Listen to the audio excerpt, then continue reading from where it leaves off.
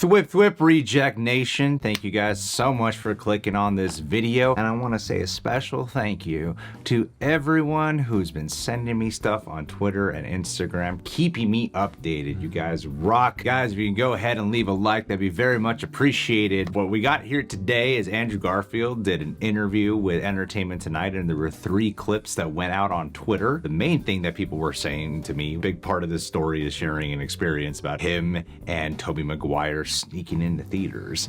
And haven't heard it yet. What I do is I got these 3 clips, dropped them in a Final Cut, then exported them. So that we're gonna react to it in real time with you guys, talk about it, and I hear there's like additional stuff there too, being asked about returning, perhaps I think either just a return or for Amazing Spider-Man 3. I'm not sure what the question is. Let's see what's going on today. I snuck into a theater on opening night and just watched from like with my baseball cap on and my mask and just kind of like, in fact, I was actually with Tobey. Me and Tobey snuck into a theater together. No one knew we were there. It was just a really beautiful thing to share together and to find a brotherhood with Tobey as well and with Tom and the fact that we have shared a very unique experience. I'm so happy that I get to talk about. Oh man, that is crazy. Can you imagine being in that theater and not knowing that Tobey Maguire and Andrew Garfield are just right behind you? So many people were sitting here going, was it mine? Was I there? Actually, I remember Tobey Maguire talked, I forgot what interview it was, but he did talk about it. Do you sneak into the back of the theaters and watch them have fun? I have. I remember on the first Spider-Man, a bunch of us like took a bus and rode around and went to a couple of theaters and watched for, you know, pieces of the film. It makes it more full circle in a personal life sense. I'm so happy that I get to talk about it now. Like, first and foremost, I am a fan. So when Amy Pascal and Kevin Feige and John Watts asked to have a word with me and talk to me about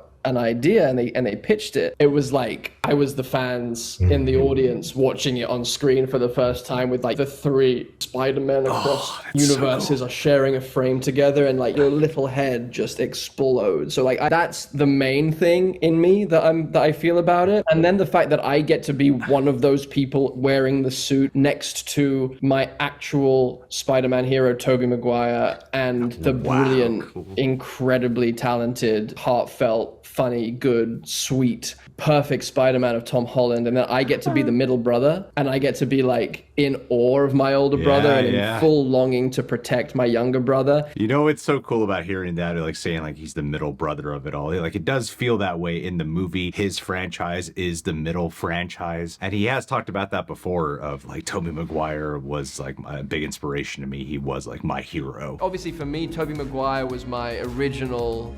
Like fell in love with that, you know, the film version of that character. Tobey, who was just this defining figure in my life. I think what he embodies so well, him and Tom Holland both, I would say, is being true fans of Spider-Man. Like that seems to be really front and center. I don't even get that vibe really from Tobey Maguire. I feel like he's always like love the character, but I don't feel like he's like, oh, it's Spider-Man, you know? Absolutely. Whereas like Andrew Garfield and Tom Holland being, I think what they do so well is sharing their personal feelings, and I think why we connect so much with them is because their level of appreciation and fandom for Spider-Man does connect with all of us. He is us. And 2, I mean, even thinking about the Variety article, just that thing he said about it being this service to the many, you know, through a character like that, you know, I can absolutely see that in just the gratitude he seems to show and the enthusiasm overall. And it does, like, authentically, even though they're disconnected franchises, feel like they are 3 brothers related, you know, all in the same walk of life, or at least on the same path of life. It's one of the few moments where cinema and life can kind of converge to give you something that's both satisfying just as a story, but also satisfying as like just a life experience.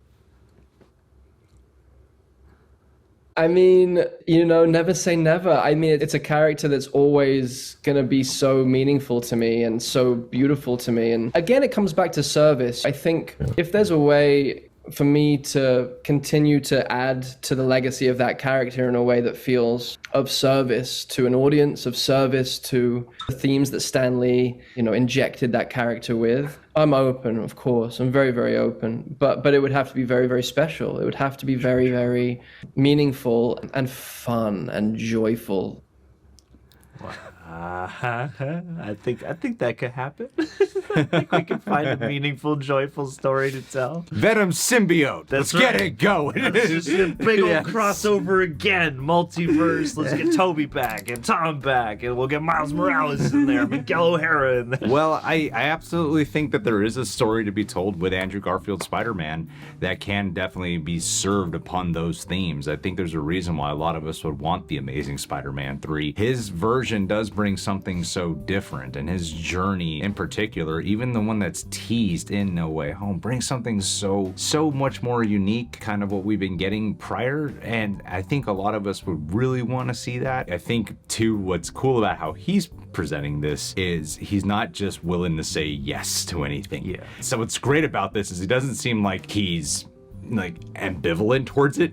He's completely receptive and would love to. He just would want it to make sure it's the right story. And I feel like even after the experiences of how Amazing Spider-Man 2 was received, I think he would want it to be that way. Because even he seems like he understood the depth of Amazing Spider-Man 2. Like he talked about in that Variety interview of saying that movie's about fate. And as much as I grew to appreciate that movie on my rewatch, I never actually looked at it like that. Like, oh yeah, this really is about fate. Yeah, absolutely, for sure. And I mean, I think that is also part of the equation, is knowing how, you know, that second movie was received and some of the flaws that do stand with it. I think, you know, as much as there is the enthusiasm and the momentum riding off of everybody wanting him to come back and him obviously being, you know, joyous at the prospect. Yeah, I think it would want to be the kind of thing where it's well thought out and it is something that will be truly special and impactful. Like, we could get him back for any number of things and it has to be the right thing. And I appreciate that that's the wavelength he's on, and especially hearing about how Marvel was like, what do you want to do? Yet Sony with like, what do you want to explore? I think that's a good position to be coming from, you know. All right, guys. Well, did you catch Andrew Garfield and Tobey Maguire in the back of the theater with you?